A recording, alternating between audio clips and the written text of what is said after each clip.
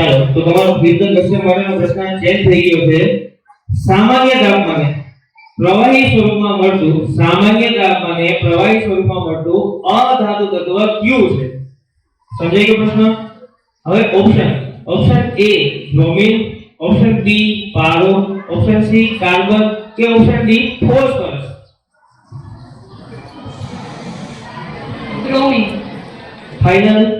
Very good. Option A bromine. સરસ, ખૂબ સરસ.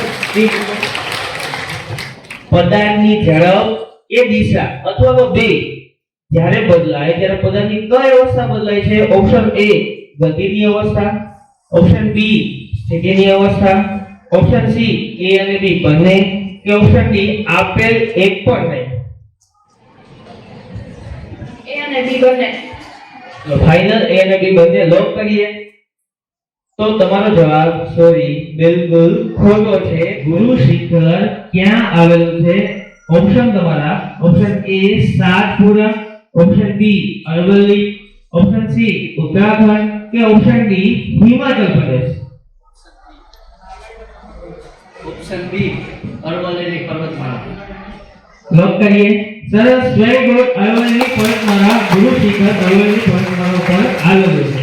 ત્યારબાદ માનફૂટી માં પ્રજનન શેના દ્વારા થાય છે? ઓપ્શન એ મૂળ, બી પ્રકાંડ, સી પર્ણ કે ડી પુષ્પ? પ્રશ્ન સમજાઈ ગયો?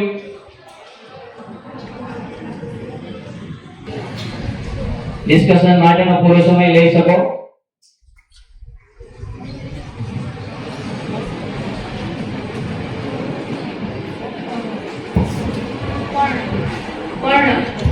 શું? પર્ણ. કન્ફર્મ? 100%? ઓકે, જવાબ છે સાચો. સ્નાયુ પેશીમાં આવેલા સંકોચનશીલ પ્રોટીનનું નામ જણાવો. ચલો ઝડપથી. સ્નાયુ પેશીમાં કોણ આવે? સરસ, ટીમ ન્યૂટન. તમે આપેલું છે, બોલો જે જવાબ. એક્ટિન. સરસ. બીજું કઈ બોલવા માંગો છો?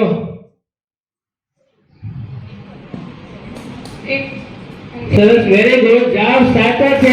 એક્ટિન અને માયોસિન બંને આવે છે. પણ ફરી એકવાર ઓઝોન સ્તર વાતાવરણમાં કયા વિભાગમાં આવેલું છે? એ વિભાગનું નામ કહેવાનું છે. ચલો ઝડપથી. થોમ્સન આવે છે આઈડિયા. ટીમ ન્યૂટન જેને આવશે છે નામ, વિભાગનું નામ કહેવાનું. ઓઝોન સ્તર નહીં ભાઈ. કયા સ્તરમાં આવેલું છે? ઓઝોન સ્તર વાતાવરણના કયા સ્તર અને કયા ભાગમાં આવેલું છે? ભાગનું નામ કહેવાનું છે. ફરી રિપીટ કરું.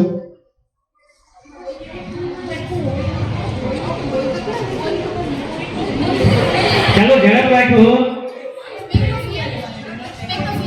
સ્પેક્ટ્રોસ્ફિયર. ચલો બીજા તમે જવાબ આપવા માંગો છો?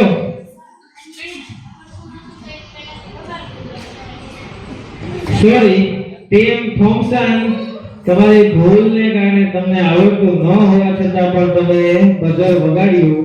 એ હેતુથી ટીમ થોમ્સન છે એને ડિસ્ક્વોલિફાય કરવામાં આવે છે.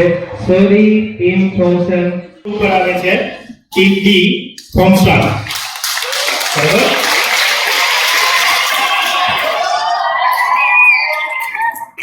હવે બે ટીમ બાકી રહે છે.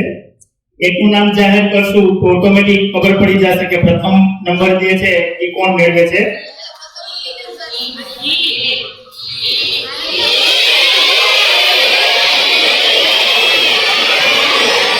જોઈએ તમે ઓડિયન્સ કેટલું સાચું છે એ આપણે જોઈએ. તો બીજા નંબર ઉપર આવે છે ટી ન્યૂટન ટીમ.